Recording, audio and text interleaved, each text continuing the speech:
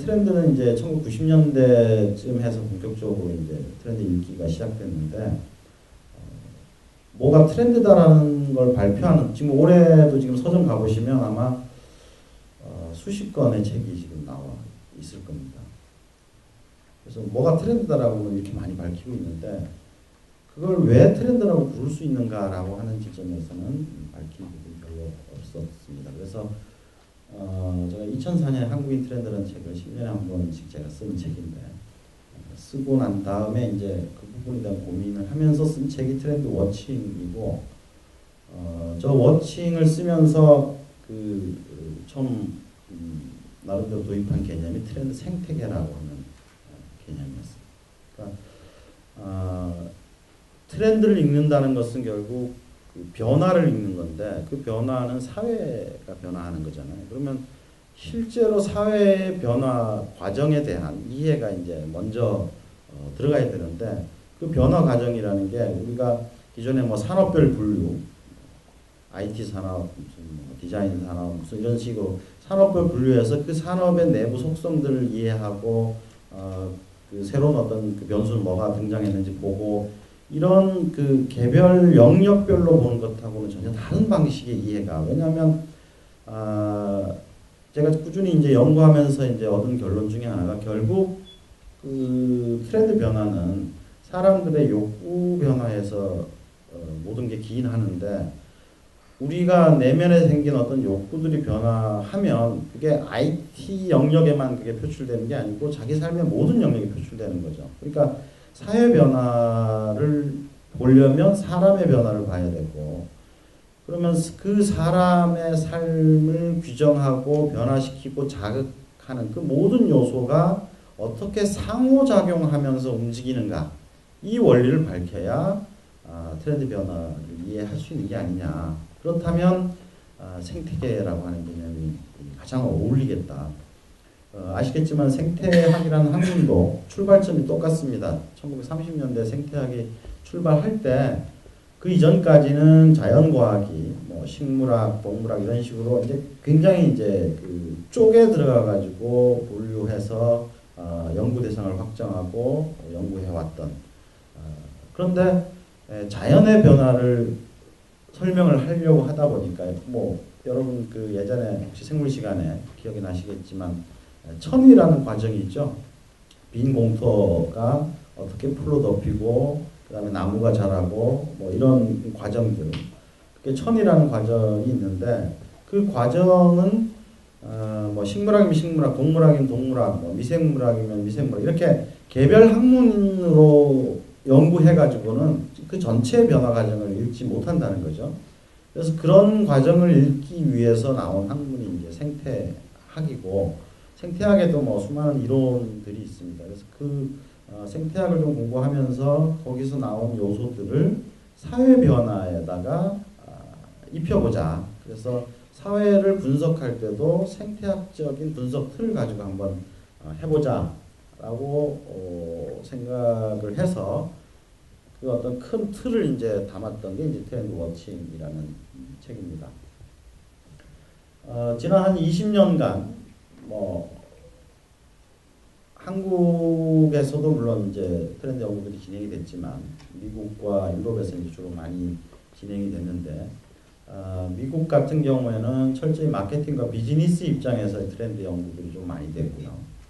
오히려 유럽 쪽, 영국이나 독일 같은 데에서 트렌드를 좀 사회 현상의 일부로서 이렇게 연구를 해왔습니다.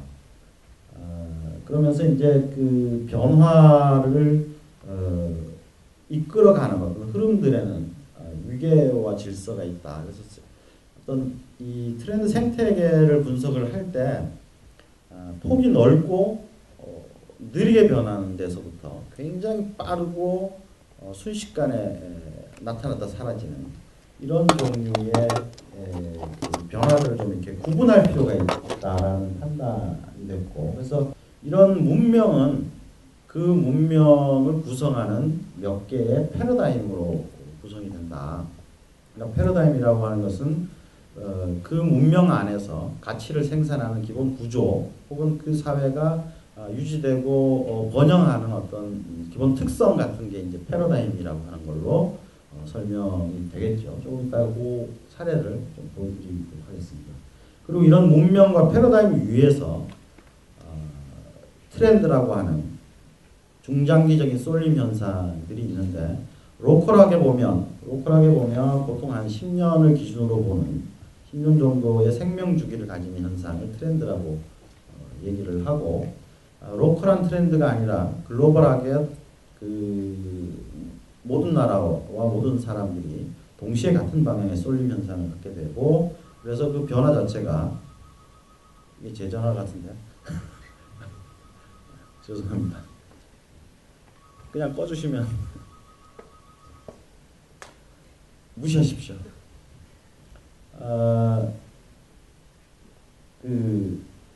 전 세계에 걸쳐서 동시에 같은 방향의 수십 년에 걸친 쏠림 현상을 크다라는 뜻에서 메가 트렌드라고 부르게 되죠. 그래서 트렌드와 메가 트렌드가 있고 가장 그 사회 변화의 표면에는 우리가 보는 유행 현상이 있죠. 그래서 트렌드를 읽는다라고 하는 게 어떤 의미인지에 대해서 먼저 이런 변화의 위계에서 파악해야 생태계적 파악이 가능하죠. 그러니까 문명을 가지고 트렌드라고 불러도 안 되고 또 인간의 기본적인 욕구를 가지고 트렌드라고 불러도 안 되는 거죠. 예를 들면 건강에 대한 욕구가 요즘 트렌드야 라고 말을 하게 되면 수천 년 전에도 건강에 대한 욕구는 인간에게 있었고 앞으로 수만 년 후에도 있을 거예요. 그러니까 그런 거는 어떤 생명 주기 현상을 가지고 나타났다 사라지는 트렌드가 아닌 거죠. 건강에 대한 욕구. 그냥 기본적인 욕구죠. 그 건강에 대한 기본적인 욕구가 그 시대의 물질적인 어떤 조건들과 조응해서 건강에 대한 욕구이긴 하되 어떠한 욕구가 될 때는 이게 트렌드라고 우리가 부를 수 있지만 건강에 대한 욕구 자체를 그거라고 부르면 안 된다는 거죠. 또 우리가 지금 정보지식 문명에 살고 있는데 이 정보지식 문명이 트렌드다 이렇게 얘기해도 안 된다라고 저는 생각합니다. 그러니까 우리가 연구를 하려면 좀 세분화를 시켜야 되니까요. 그래서 이런 위계 질서를 좀 보셔야 될 것 같고 지금 여기 이 네 가지는 제가 지금 20세기 후반, 21세기 전반대에 우리의 자본주의 문명을 끌고 가고 있는 네 개의 패러다임이다라고 보고 있는 거예요. 그래서 생산수단의 제사유화 그러면 우리가 자본주의 이전 시대는 그 생산수단을 다 개인이 갖고 있었잖아요. 자기가 직접 농사 짓고 쟁기 갖고 있고 땅에서 하는. 근데 자본주의로 들어오면서 생산수단이 전부 공장이나 사무실로 갔죠. 그래서 우리는 일터로 출근해가지고 생산을 하고 집으로 돌아오는 식의 패턴으로 갔는데 지금 후기 자본주의 하여튼 지금 이 시대는 다시 개인에게 모든 생산수단이 이제 돌아가고 있는 어떤 그런 구조들을 만들어내고 있죠. 디지털 기기를 비롯해서 앞으로 바이오나 나노나 이런 것들도 결국 그런 쪽에 공부할 거라고 봅니다. 이제 그런 식으로 이게 현재 우리 그 문명을 패러다임으로 보면 이렇게 한 네 가지 정도가 아니냐라고 저는 지금 판단을 하고 있고, 그 다음에 이제 이런 어떤 패러다임 밑에서 메가 트렌드하고 트렌드가 있는데, 그러면 뭘 트렌드라고 부를 거냐? 예를 들어서 예전에 그분이 매경인가 어디 기자분이셨는데 그분이 자기가 트렌드 기사를 가끔 쓴다면서 하시는 말씀이 얼리어답터나 패셔니스타나 뭐 이런 사람들이 자주 오는 카페에 이렇게 앉아 있다가 어떤 사람이 이제 레깅스를 입고 들어왔는데 이제 그때까지는 다른 사람들은 레깅스를 안 입고 있는 거죠. 레깅스를 입고 들어왔어요. 저렇게 입고 다니네. 그 다음에 또 한 명이 들어왔는데 또 레깅스를 입고 있는 거예요. 세 번째 들어왔는데 또 레깅스를 입고 있는 거예요. 그래서 자기는 세 사람이 똑같은 일을 하면 그걸 트렌드라고 쓴다라는 거예요. 그러니까 이 얘기는 뭐냐면 이제 현상의 유사성이 있으면 이제 바로 트렌드로 잡아낸다라는 의미죠. 근데 제가 그래서 그렇게 말을 했는데, 그러면 개도 꼬리가 있고 또 참새도 꼬리가 있는데 그럼 둘 다 새냐? 무슨 얘기인지 아시겠죠? 그러니까 단지 현상적으로 유사하다고 해서 그걸 트렌드로 읽어내버리면 대개의 경우는 뭘 보고 트렌드라고 부르게 되냐면 유행을 가지고 트렌드라고 부르게 되는 거죠. 그러니까 어떤 좀 더 긴 생명 주기를 가진 어떤 그 쏠림 현상이 아니라 급격하게 나타났다가 사라지는 어떤 현상들을 가지고 트렌드라고 부르게 된다는 거예요. 그러면 어떤 현상이 일시적으로 나타났다가 사라지는 게 아니라 최소한 5년 이상 10년씩 가려면 거기에 뭐가 있어야 되냐면 에너지가 있어야 되는 거죠. 나무가 에너지가 있어야 크는 것처럼 사회 현상도 그렇게 10년, 뭐 메가트렌드 수십 년이죠. 이렇게 갈 수 있으려면 그 밑에는 에너지가 있어야만 된다. 에너지가 확인돼야 된다. 그 에너지는 뭐겠냐 결국. 사회 변화의 에너지는 결국 사람이 가진 새로운 욕구다라는 거죠. 그래서 어떤 현상의 이면에 분명한 어떤 길게 갈 만한 그런 에너지가, 욕구가 있어야 그걸 트렌드라고 부를 수 있는 게 아니냐. 그래서 인간의 기본적 욕구, 이 도표는 르네 지라르라고 하는 사람의 욕망의 삼각형 이론에서 나온 겁니다. 그러니까 인간이 예를 들어서 우리 행복하고 싶다라고 얘기를 하는데 행복이라는 건 잡을 수 없는 거잖아요. 추상적인 거니까 뭔가 다른 대체물을 통해서 그 행복에 도달하죠. 뭐 예를 들어서 신형 스마트폰을 구입해야 자기가 행복해지죠. 뭔가 구체적인 뭐가 있어야지 행복에 도달하지. 그냥 그 추상적인 행복에 바로 도달할 수가 없는 거예요. 그래서 이게 어떤 트렌드라는 현상이 생기는 것은 새로운 욕구들이 이렇게 만들어졌는데 그게 그 시대에 맞는 구체화된 대상들이 등장하기 때문에 거기서 트렌드라고 하는 것이 발생하는 거죠. 그래서 그렇지 않은 유행이나 패드 같은 것들은 이런 내면적 욕구보다는 호기심이라든가 이런 차원에서 쏠림 현상들이 생기는 그런 거라고 볼 수 있을 것 같습니다. 그래서 트렌드 생태계에 대한 고민을 이제 쭉 하면서 그러면 생태계를 분석하는 기본 요소가 있어야 되겠구나. 자연 생태계를 뭘로 분석하면 되겠어요? 기본적으로 뭐 온도라든지 그런 어떤 그 기후와 관련된 것, 태양이 얼마나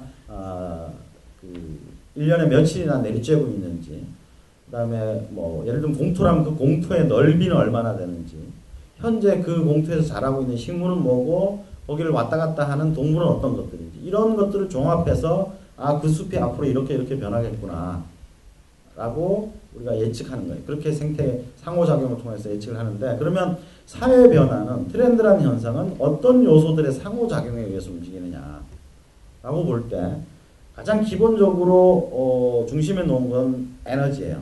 그러니까 혹시 관심을 가지시고 다른 트렌드 책들을 쭉 이렇게 보시면 에너지에 대해서 언급하지 않는 책은 트렌드 책이 아니에요. 사실상. 왜냐하면 그 변화를 끌고 갈 힘이 어디에 있다라는 걸 밝히지 않은 상태에서 지금 현재 나타나고 있는 현상만 모아놓은 거죠.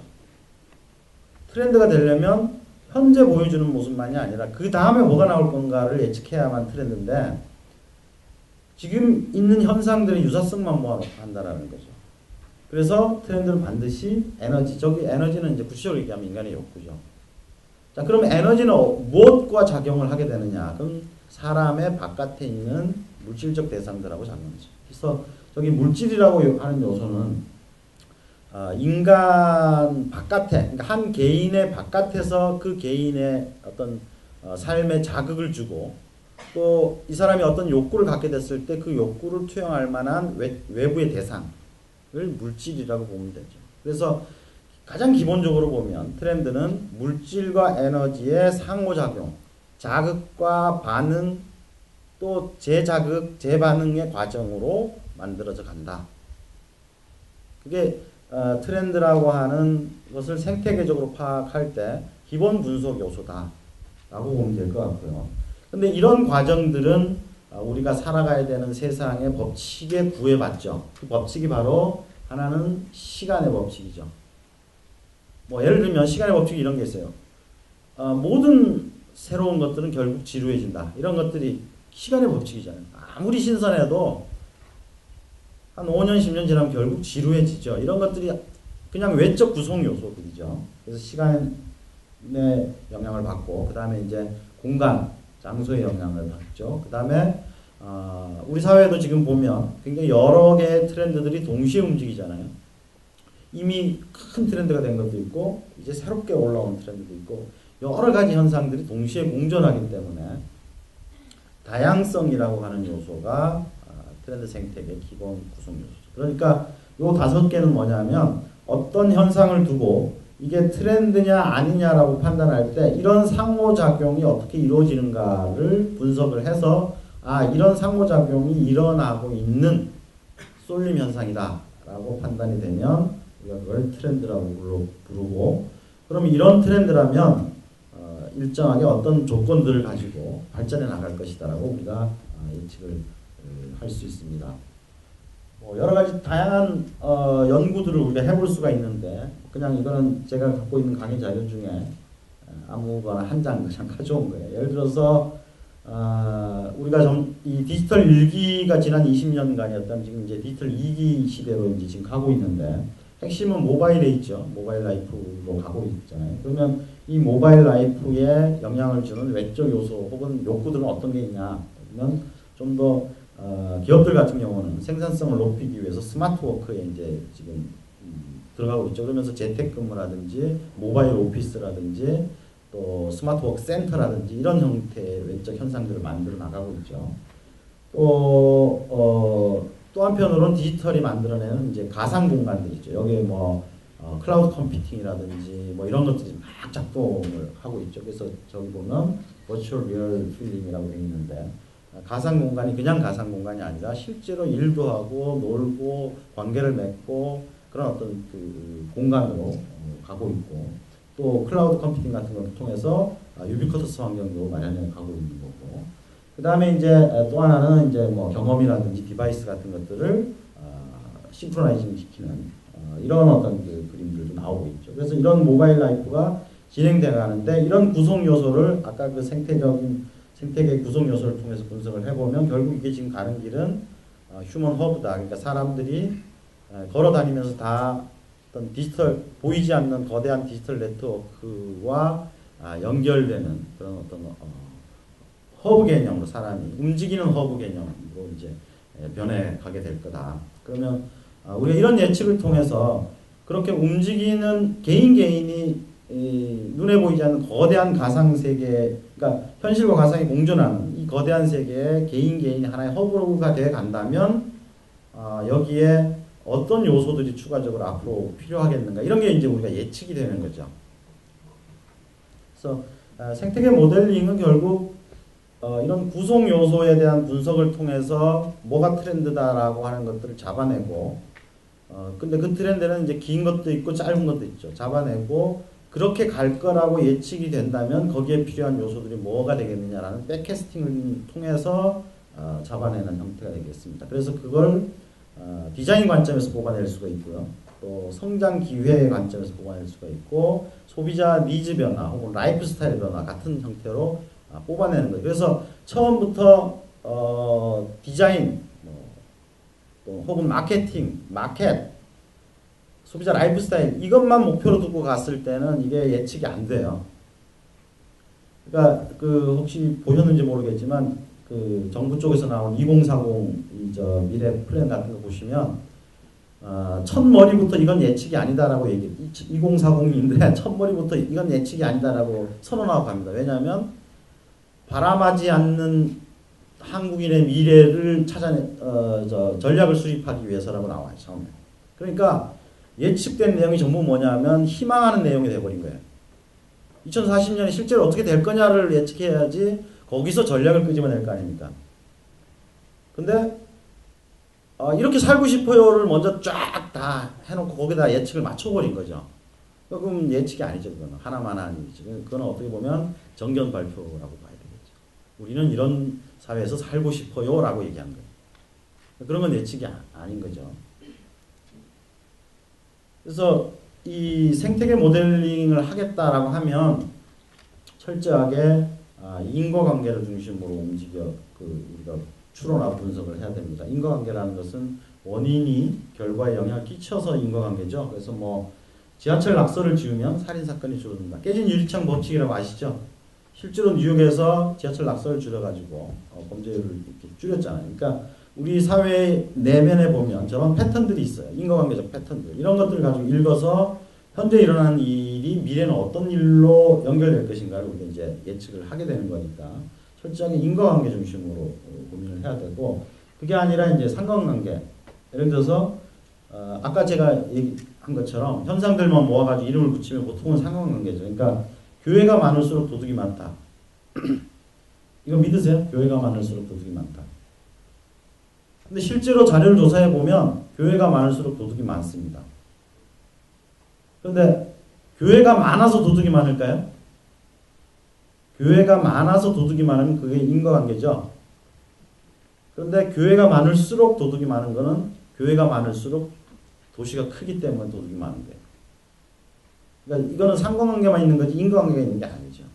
그런데 트렌드를 분석한다고 하면서 이제 이런 상관관계 중심으로 분석을 해버리면 이제 제가 아까 말씀드린 것처럼 현재 현상을 그냥 어떻게 이해할까라는 관점에서 풀이한 것에 지나지 않게 되는 그런 일들이 생깁니다. 이렇게 저런 분석 틀을 가지고 분석에 들어가면 트렌드가 몇 가지로 이렇게 분류가 된다라는 걸 볼 수가 있습니다. 우선 첫 번째로는 이제 추세 연장적 트렌드죠. 그러니까 재작년에 일어났고 작년에 일어났고 올해 일어난 게 내년에도 일어날 것이고 내후년에도 일어날 것이다. 그러니까 시계열적으로 예측이 가능한 흐름들이 추세, 트렌드의 일부입니다. 라고 볼 수가 있고요. 그 다음에 이제 잠재적 트렌드는 그러니까 우리가 뭐 2006년만 해도 한국이 스마트폰으로 이렇게 바뀔지 몰랐죠. 그러니까 이런 식으로 우리를 계속 놀래키는 새로운 어떤 변화들이 이제 이 안에 잠재되어 있죠. 그래서 그런 지금은 눈에 보이지는 않지만 잠재되어 있는 이머징이라고 부를 수 있는 그런 트렌드들이 있고, 이게 주로 예측의 도구로는 잠재적 트렌드가 많이 쓰입니다. 한 3년, 5년 이렇게 후는 현재 지배적인 흐름들이 아니라 그 잠재적 흐름들이 이제 그때 가서 지배적 흐름으로 바뀔 거기 때문에 그렇게 많이 쓰이고요. 그 다음에 트렌드는 항상 보면 역트렌드가 있더라고요. 그러니까 어떤 하나의 흐름이 지배적으로 가면 그 반대쪽에, 예를 들어서 뭐 가장 쉬운 비유는 빠름이라고 하는 게 우리 속도 문명, 우리 시대의 기본적인 흐름이면 그 반대편에 느림이라고 하는 역트렌드들이 슬로우 푸드라든지 이런 식의 어떤 문화들을 또 이렇게 만들어 나간다는 거죠. 이렇게 어떤 흐름의 성질에 따라서 분류를 할 수도 있고, 트렌드라고 이제 이름 붙여서 보면 크게 저는 이제 메가 트렌드와 트렌드, 뭐 그거 말고도 보면 메타 트렌드니 마이크로 트렌드니 뭐 이렇게 굉장히 용어가 많은데 간단하게 그 트렌드의 적용 범위와 그 다음에 시간이라는 관점에서 보면 글로벌하게 가는 게 메가 트렌드고 로컬하게 가는 게 트렌드다, 이렇게 보시면 됩니다. 그러니까 로컬한 트렌드는 글로벌 메가 트렌드와의 상호 연관성과 그 로컬 지역만의 특징, 그러니까 한국 사람들이면 한국 사람들만의 특징들이 이제 반영이 돼서 가는 거죠.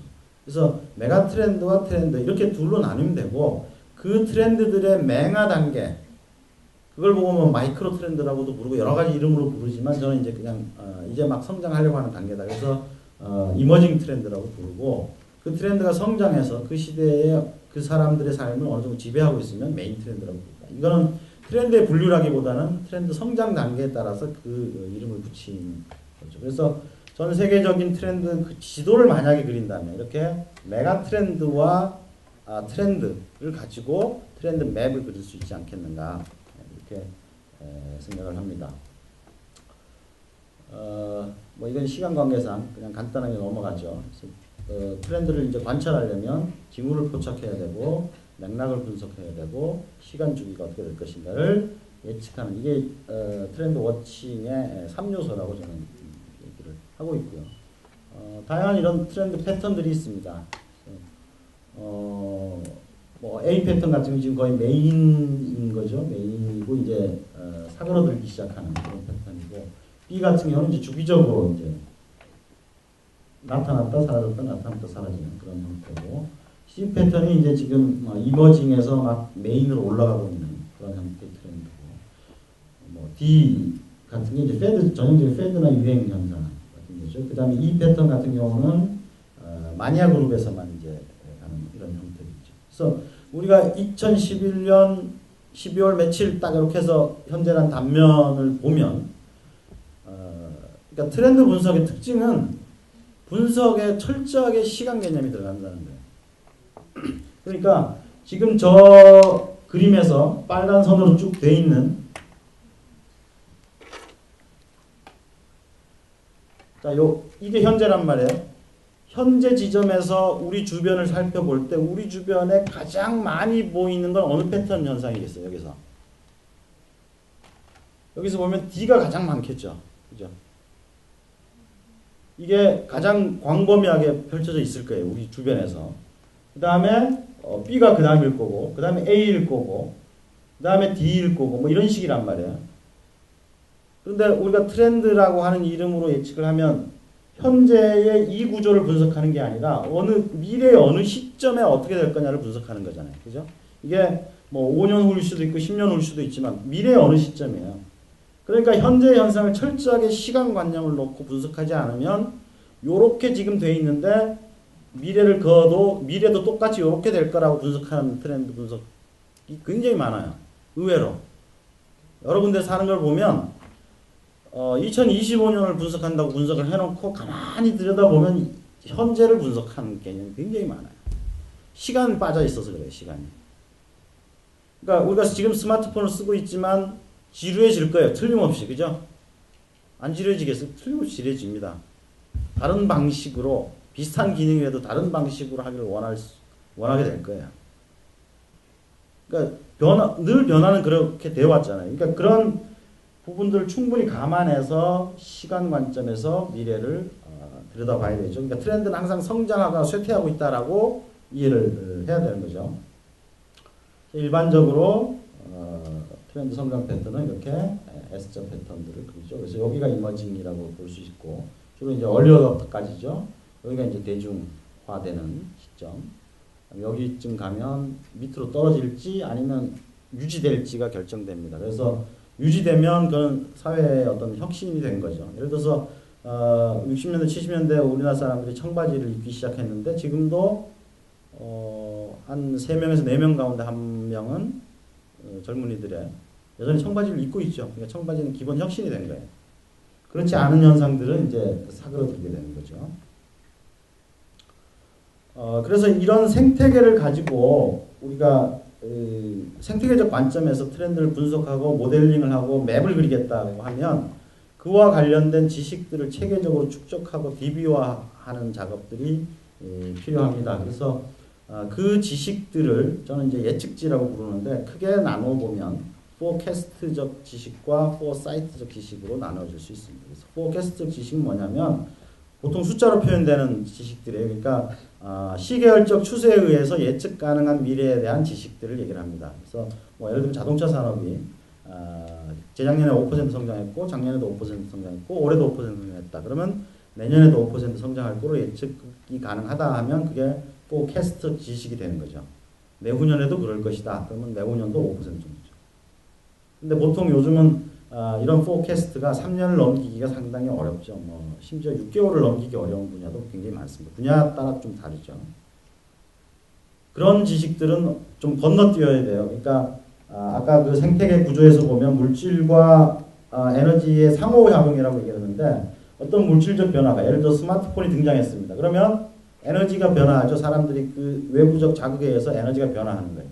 그 에너지의 변화가 다시 물질, 그러니까 스마트폰이든 스마트 기기든 이렇게 반영이 되죠. 그럼 얘가 다시 한번 또 변하고 그렇게 변한 게 다시 사람들의 에너지를 또 자극하죠. 이런 자극 반응 과정이 예를 들어 10년쯤 된다 그러면 몇 번 왔다 갔다 한다고 예측을 해야 되죠. 그런 때에 대한 거는 현실 속에서 이미 다 드러나 있지가 않고 우리가 어떤 추론 과정들을 인과관계적 추론을 통해서 끄집어내야 되고 그런 지식들은 포사이트적 지식이라고 봐야 되죠. 그래서 포캐스트적 지식과 포사이트적 지식이 합쳐져야 된다. 자동차 회사에서 컨셉카를 내놓을 때 이게 단지 디자이너의 아이디어만 가지고 만드는 건 아니란 말이에요. 미래에는 이런 자동차가 사람들의 어떤 그 관심과 기대를 끌지 않겠는가라고 하는 지점에서 어떤 연구들을 통해서 나오는 뭐 기술 로드맵을 통했던 뭘 했던 이런 것들이 이제 포사이트적 지식이죠. 이것들을 체계화시켜야 되는 거고. 그래서 뭐 이건 좀 전문적인 얘기지만 스캐닝이나 모니터링, 비형식적, 형식적 리서치나 조사 연구들 토대로 해야 되고, 이거는 저희 연구소에서 DB를 만드는 기본 툴입니다. 그래서 일련 번호가 있고 출처가 나오고 기본적으로 그 관찰한 내용에 들어있는 미래 징후가 될 만한 팩트와 데이터, 그 다음에 이 팩트와 데이터가 어떤 트렌드적 맥락이 있는지에 대한 분석, 그 다음에 이제 나중에 DB가 다 쌓이면 태그들을 통해서 이제 들여다봐야 되니까 태그나 이미지 같은 것들. 요게 이제 기본 어떤 발견한 하나의 사실에 대한 기본 분석 틀입니다. 그래서 이게 이제 계속 쌓여가야죠. 이렇게 쌓여가면서 분석의 깊이들을 만들어내고, 처음 한번 발견했다고 해서 트렌드가 그대로 있으면 얼마나 좋겠습니까? 우리 미래 예측의 본질이 그거거든요. 예측하면 예측이 틀려진다. 그죠? 미래가 이렇게 될 거다라고 예측하면 사람들이 반응을 해버리기 때문에 실제로 예측이 맞았을 때 실제는 틀려지는 거예요. 예측이 틀렸을 때는 안 틀려지는데 예측이 맞으면 틀려요. 누군가 여기다가 물대포를 쏠 거다라고 여러분이 예측이 되면 다 도망갈 거 아닙니까? 그러니까 아무도 실제로는 물대포를 안 맞는 거죠. 그럼 예측이 정확했기 때문에 오히려 예측이 틀리는 게 기본이거든요. 그래서 트렌드는 지속적으로 관찰해야 돼요. 지속적으로 관찰하면서 계속 변화의 추이를 봐야 되는 거죠. 그래서 생태계 모델, 여기서 이 주최 측에서 생태계 모델에 대한 이 얘기가 왔을 때 제가 상당히 뭐랄까요, 즐거웠던 게 그거예요. 이런 식의 분석 방법들은 이런 틀을 가지고 들어가야지 그냥 한국의 2020년을 고민하는데 그때까지 메가트렌드는 뭘까요? 뭐 이것만 해놓으면 이거는 계속 변하는 거기 때문에, 예를 들면 고령화 그러면 고령화도 나라별로 틀리고 이 나라 안에서도 새로운 변수가 출현할 때마다 계속 진로를 바꾸거든요. 그게 지속적으로 관찰되고 연구돼야지, 고령화 그리고 10년 후 한번 보고 땡 이렇게 해가지고는 트렌드를 제대로 읽는다고 볼 수가 없죠. 그래서 생태계라는 틀을 가지고 지속적으로 관찰할 필요가 있다고 볼 수 있습니다. 그래서 이런 기본 원리, 그러니까 이 트렌드 생태계의 기본 원리는 어떻게 보면 사회 변화의 기본 원리라고 이해를 해야 될 것 같아요. 그러니까 아직도 스킬 수준이라고 제가 말씀드릴 수밖에 없는 게, 아직도 밝혀야 될 사회 변화의 어떤 메커니즘, 패턴, 우리가 밝혀야 될 게 엄청 많죠. 게다가 미래라고 하는 것은 아직 오지 않았기 때문에, 과학은 기본적으로 이 책상 위에 뭐가 재료가 놓여야 쪼개고 뭐 이렇게 현미경으로 들여다보고 할 거 아닙니까? 근데 미래는 오지 않은 시간이기 때문에 아무리 쪼갤래도 쪼갤 게 없어요. 그러니까 어떻게 보면 트렌드 예측은, 또는 미래 예측은 본질적으로 과학일 수가 없는 분야입니다. 뭘 갖다 놓고 분석할 수가 없잖아요. 예측할 수밖에 없는, 추론할 수밖에 없는 분야입니다. 그러니까 과학적 태도를 가질 수밖에 없는 거죠. 그래서 이런 태도를 틀로 만들어서, 생태계 모델로 틀로 만들어 가지고 지식을 쌓고, 그 어떤 방대하게 쌓인 지식들을 바탕으로 해서 멀리 메가트렌드와 가까이 어떤 트렌드들에 대한 기본적인 맵들을 그리면 기본적으로 예측 모델이 만들어지는 거고, 그 다음에 이 예측 모델을 가지고 생각하는 게 그 다음에 하는 작업입니다. 그래서 뭐 예를 들면 메가트렌드를 중심으로 보겠다 그러면 메가트렌드를 선정을 해야 되겠죠. 지금 글로벌과 한국의 변화를 크게 끌고 가는 메가트렌드 도대체 뭐냐, 그 다음에 그 메가트렌드별로 앞으로 예측되는 시장 기회는 뭐냐. 그래서 그런 게 나오면 그 다음에 여기서 그거 가지고 이게 라이프 스타일은 어떻게 바뀔 거고, 디자인 쪽에서는 어떻게 적용돼야 될 거고, 이런 식으로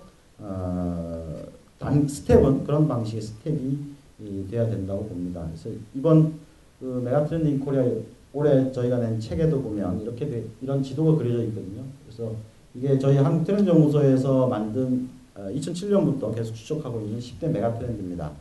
그럼 각 메가트렌드별로 이런 물질적인 현상들이 쭉 전개가 되고, 이게 에너지와의 결합 관계를 통해서 여기 지금 이렇게 하얗게 되어 있는 것들이 트렌드, 이제 2012년에 한국에 나타날 주요한 어떤 현상들을, 키워드를 이렇게 잡아낸 구조죠. 그러니까 여기서 어떻게 생태계를 모델링하고 할지는 모르겠지만 샘플로 지금 이제 보여드린 거니까. 왜냐하면 이런 생태계 모델링을 한다면 10년, 20년까지도 예측을 해야 되는데 그 정도를 예측하려면 메가트렌드 말고 별 방법이 없어요. 그렇다고 한 건 한 건 지금 저 노트북에서 이제 지금 패드 쪽으로 넘어가고 있는데 이게 20년 후에는 어떤 모습일까요? 여러분 한번 상상해 보세요. 그거 뭘로 상상하겠어요? 방법이 없거든요. 그거는. 기술자들이 상상하면 현재 나온 기술 중에 상당히 그 첨단 기술 가지고 그냥 상상해 버리고 마는 거죠. 근데 실제로는 그렇게 안 될 가능성이 훨씬 더 많고 99%는 그렇게 안 될 거예요. 그런데 메가트렌드는 전 세계적인 어떤 쏠림 현상이기 때문에 20년 후에 대한 그림을 그린 밑그림이 되죠. 그래서 그런 큰 밑그림을 그려놓고 그 줄기들을 분석해 들어가는 방식, 그리고 그걸 모델링하는 게 맞지 않을까 이렇게 생각을 하고요. 그래서 예를 들면 지금 여기 보시는 것처럼 고령화라는 메가트렌드에서 미래에 기억력 향상시키는 약 이런 쪽 시장이 커질 것이다. 이런 식으로 해서 구체적인 분석들, 요 각각에 대한 구체적인 분석들을 통해서 시장 기회를 도출한다든지 각각에 대해서 지금 그런 시장 기회들이 나와 있고, 도시화와 관련돼서 이렇게 교통정체 솔루션이라든지 원격으로라든지 여과, 동력과 에너지 이런 식으로 미래 기회들을 이렇게 포착해내는 거죠. 그래서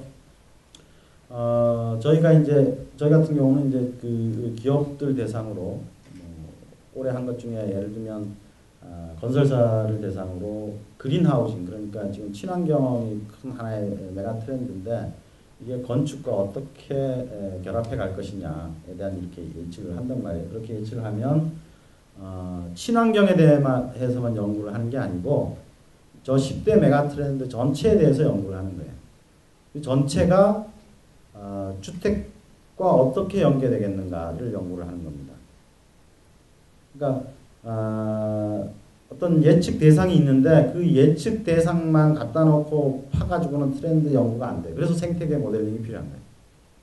그러니까 10년 후 주택이라고 하는 것은 10년 후 사회 전체 생태계 속의 주택이에요.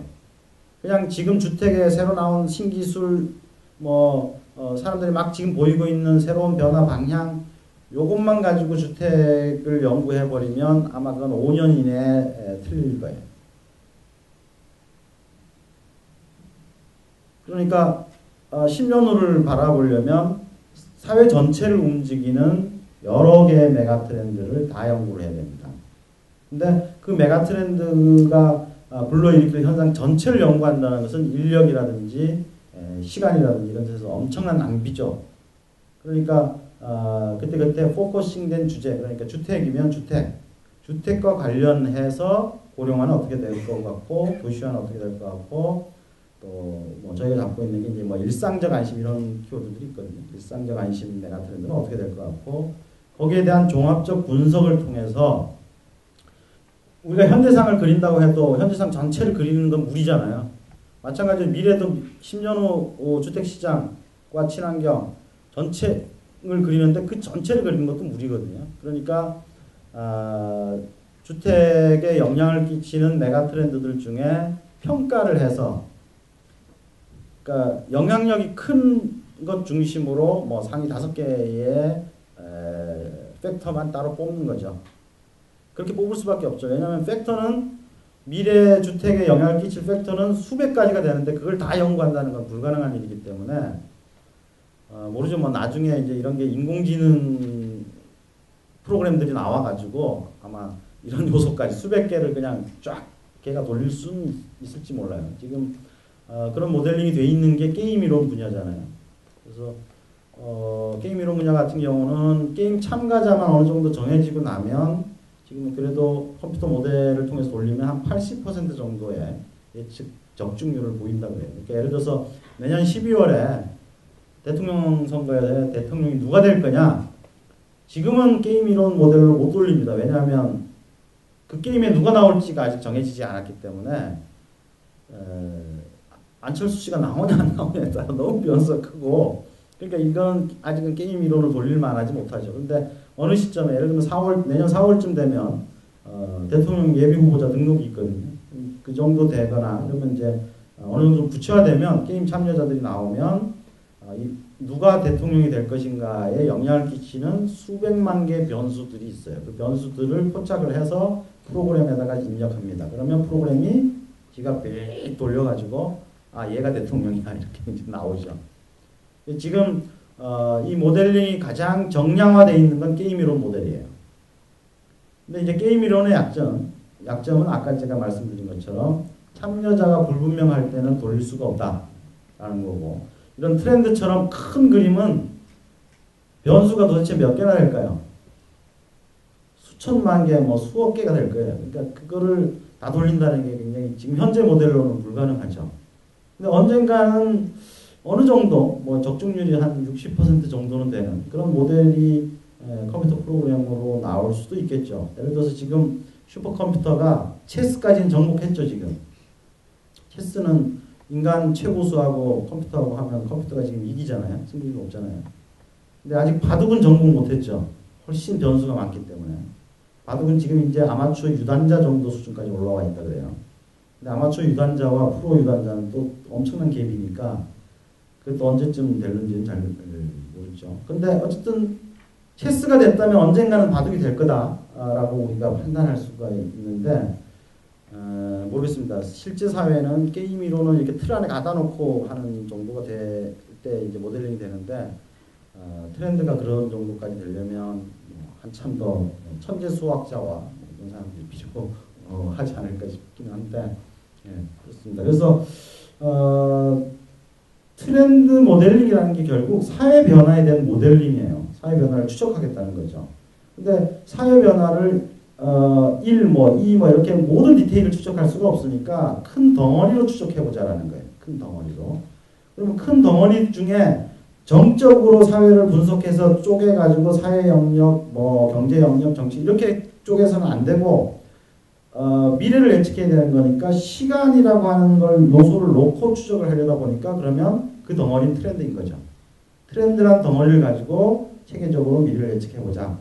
그러면 그 뭘 트렌드라고 부를 것인가에서부터 어떻게 그 트렌드를 찾을 것인가, 실제 트렌드는 어떻게 변하는가에 대한 연구가 어떤 그 정량적으로나 혹은 정성적으로 인과적 논리들 체계를 갖추면 그걸 프로그램화 시켜서 만드는 게 결국 생태계 모델링이라고 볼 수가 있고, 이거는 그 연구에 어느 정도 인원이 어느 정도의 시간을 들여서 집중해 주느냐에 따라서 결과물의 수준이 완전히 다를 것이다 라고 판단을 합니다. 그래서 주최 측에서 어느 정도 돈을 받아서 어느 정도 사람들이 할 수 있을지는 모르지만 이게 어떤 그 트렌드 모델링의 시발점, 우리나라에서 본격적인 연구가 되는 그런 시발점이 될 수 있다면 더할 나위 없이 좋지 않을까 이렇게 생각합니다.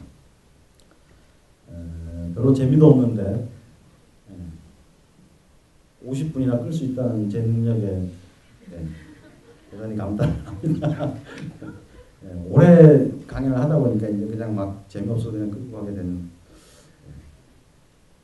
그리고 원래 제가 아까 말씀드렸지만 연구자들만 쫙 앉아 있는 줄 알았어요. 그래서 이 연구 틀만 가지고 보통 제가 강연할 때는 되게 이제 사례들을 중심으로 하는데 연구 틀만 가지고 얘기를 해서 더 재미가 없어진 것 같습니다. 그럼에도 불구하고 계속 들어주셔서 대단히 고맙습니다. 네, 감사합니다.